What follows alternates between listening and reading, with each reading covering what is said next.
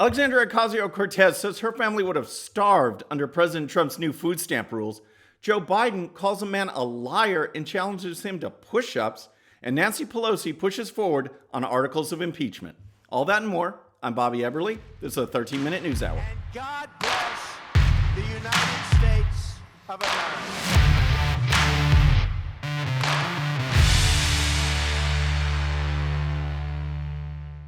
All right, friends, welcome to the show. Happy Friday. I'm glad you're here. We've got a lot to cover. We're going to get into starving Alexandria Ocasio-Cortez in just a minute. But I want to start with Joe Biden because he was out on the campaign trail and he flat out ripped into a guy, calling him a liar and challenging him to push-ups. And so why all the outrage? Well, it was a Q&A session. The man had the microphone. He said he wasn't a fan of Trump, but then brought up a few comments that really struck a nerve. And here's how it went down. I've got two problems with you. One is you're damn near as old as I am. You're too old for the job. So too old for the job. That's not going to go over very well. But then he moved on to the Ukraine. And the man says, again, he wasn't a Trump supporter. And he said, yeah, we all know that President Trump's been messing around in Ukraine. And then he said this. But you, on the other hand, sent your son over there to get a job and work for a gas company that he had no experience with gas or nothing in order to get access for the president. So you're selling access to the president just like he was. So how do you think those comments went over? Well, not very well. And again, I guess Joe Biden is sticking true to his claim that, this Iowa tour is being called the No Malarkey Tour. So he wasn't taking any malarkey from this guy. And here's what he said. You're a damn liar, man. That's not true. And no one has ever said that? No one has proved that? I see it on the TV. You see it on the TV. No, I know you do. So he calls the man a liar, just flat out calls him a liar. But then the real challenges, the real man-to-man stuff begins. And here's what he said. The reason I'm running is because I've been around a long time and I know more than most people know. And I can get things done. That's why I'm running. And you want to check my shape on, let's do push-ups together here, man. Let's run. Let's do whatever you want to do. Let's take an IQ test, okay? Right. So let's do push-ups or an IQ test. That's his challenge. That's part of his No Malarkey Tour. And it just shows how bogus this whole Ukraine thing is. The media, the Democrats, this whole impeachment inquiry, they can talk about President Trump and Ukraine all day long. But the minute we want to talk about real corruption involving Joe and Hunter Biden and Ukraine, the media closes down. The Democrats get all quiet. And Joe Biden freaks out. We have to talk about this. This was the corruption that was going on in Ukraine. This is the corruption that their new president ran on his platform and won by a big margin. He won by fighting corruption. This was the corruption that was ongoing. This is where the investigation needs to be. But you bring it up to Joe Biden and he freaks out and challenges you to an IQ test and push-ups. So, all right. Now, speaking of no malarkey, I want to talk about Alexandria Ocasio-Cortez because there's a lot of it right there. And I guess she was feeling left out with all this impeachment talk. Everyone's talking about President Trump or Adam Schiff or Nancy Pelosi. They're not talking about her, so she needed to jump in the mix. And so she took to Twitter last night in a bizarre comment about new food stamp rules. And here's a report from Fox News. Representative Alexandria Ocasio-Cortez received pushback Thursday after claiming her family might have just starved had the Trump administration's tightened requirements for food stamp recipients been in place when her father died in 2008. The Agricultural Department finalized the first of 3 proposed rules targeting the Supplemental Nutrition Program known as SNAP. The plan announced Wednesday will limit states from exempting work-eligible adults from having to maintain steady employment in order to receive benefits. So, the Trump administration has been working on tightening these guidelines. Basically, they want to eliminate people from food stamps that just sit around and do nothing. They put a work requirement. They said you have to at least work part-time. And they tightened those requirements. And NBC News on Wednesday broke that story. They reported on the story. They put out this tweet, which read, "Breaking. Trump administration has formalized work requirements for recipients of food stamps. a move that will cause nearly 700,000 people to lose access to the Supplemental Nutrition Assistance Program, or SNAP. So that was Wednesday afternoon. So on Thursday, I guess she had missed that on Wednesday, because Thursday she's tweeting about the border and how bad Border Patrol is and on and on. And then this one must have caught her eye, because then on Thursday evening, she tweeted this. She says, "My family relied on food stamps when my dad died at 48. I was a student. If this happened then, we might have just starved. Now many people will. It's shameful how the GOP works overtime to create freebies for the rich while dissolving lifelines of those who need it most." So she says her family would have just starved under President Trump's new guidelines. It's 100% not true, and she received backlash right away. The Heritage Foundation, which prides itself on conservative resources, is a conservative think tank, put out this tweet firing back at Alexandria Ocasio-Cortez. They said, "The rule applies to able-bodied adults between the ages of 18 and 49 who do not have dependents. The rule wouldn't apply to parents with minor children, the elderly, or disabled people." Oops. So again, the rules target those who get food stamp assistance, but sit around and do nothing. They refuse to work.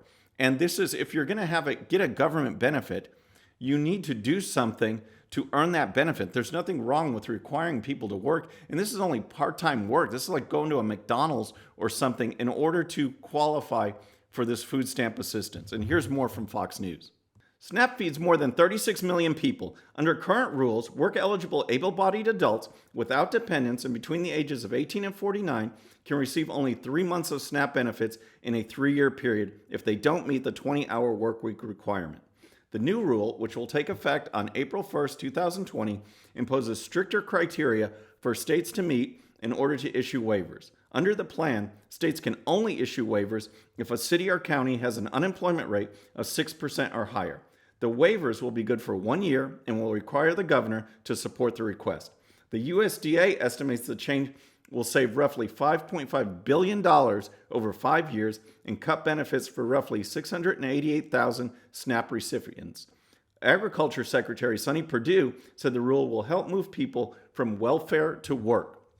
So again, this whole program is designed to clean up the system so that people get assistance if they need assistance, but not milk the system. So Alexandria Ocasio-Cortez saying her family would starve or anyone would starve is just flat out wrong and just attention seeking. It just seems so bizarre. In this talk of impeachment, she just wanted to say, me too, listen to me, and pick that topic, which was just a no-brainer, easy to come back on from the Heritage Foundation. It's just bizarre.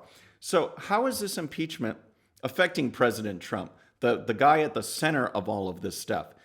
Well, it's actually benefiting him. And on previous shows, we talked about how Democrats are losing on impeachment. That surveys show that Democrats out there, not the Democrats in Washington, but Democrat voters, they don't favor impeachment.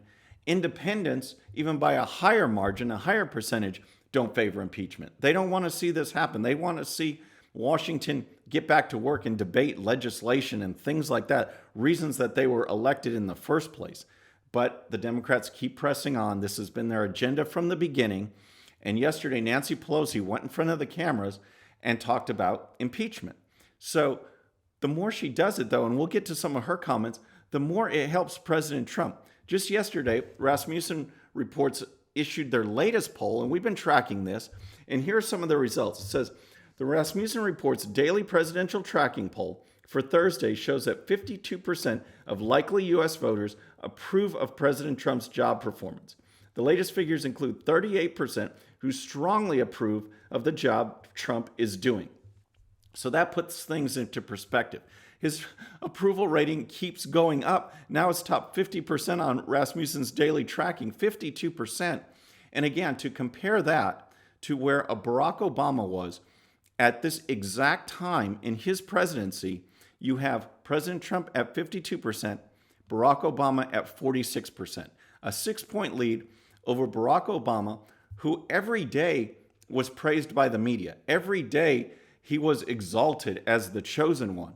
Imagine President Trump's approval rating if he actually got credit for the economy, the low unemployment, jobs, you name it.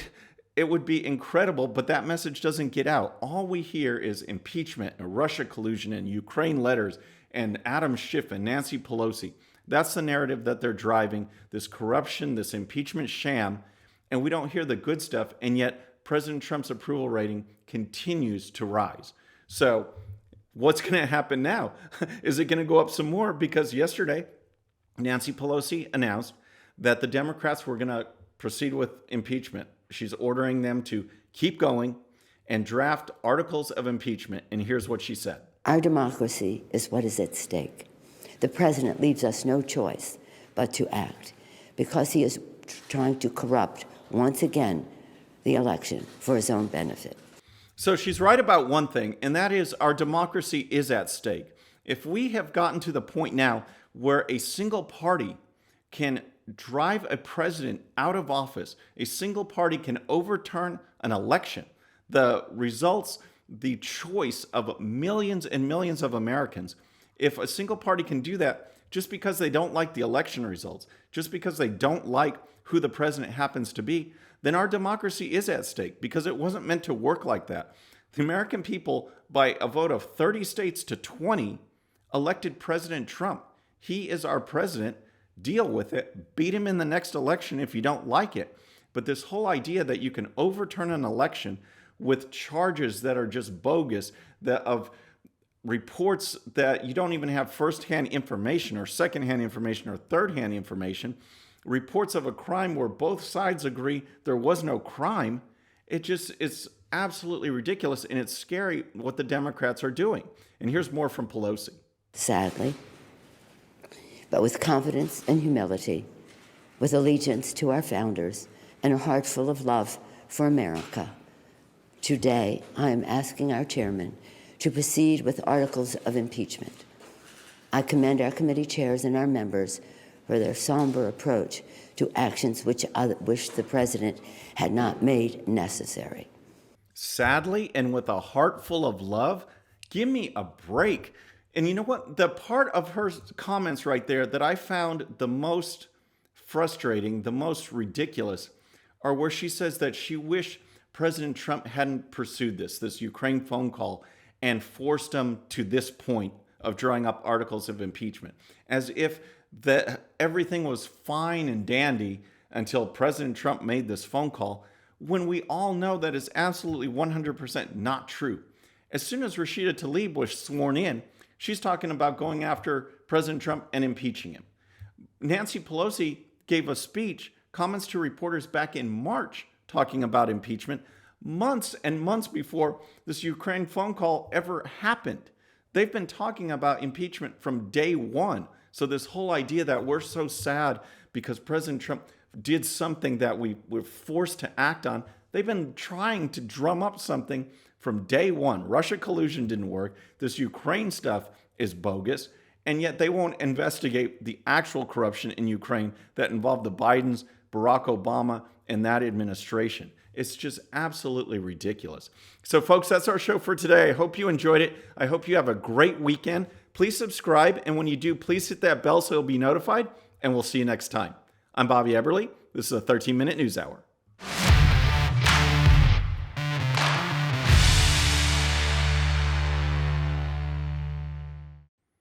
Okay, friends, just a little reminder before you go, and no, this does not count against my 13 minutes. Please hit the subscribe button below and tell your friends.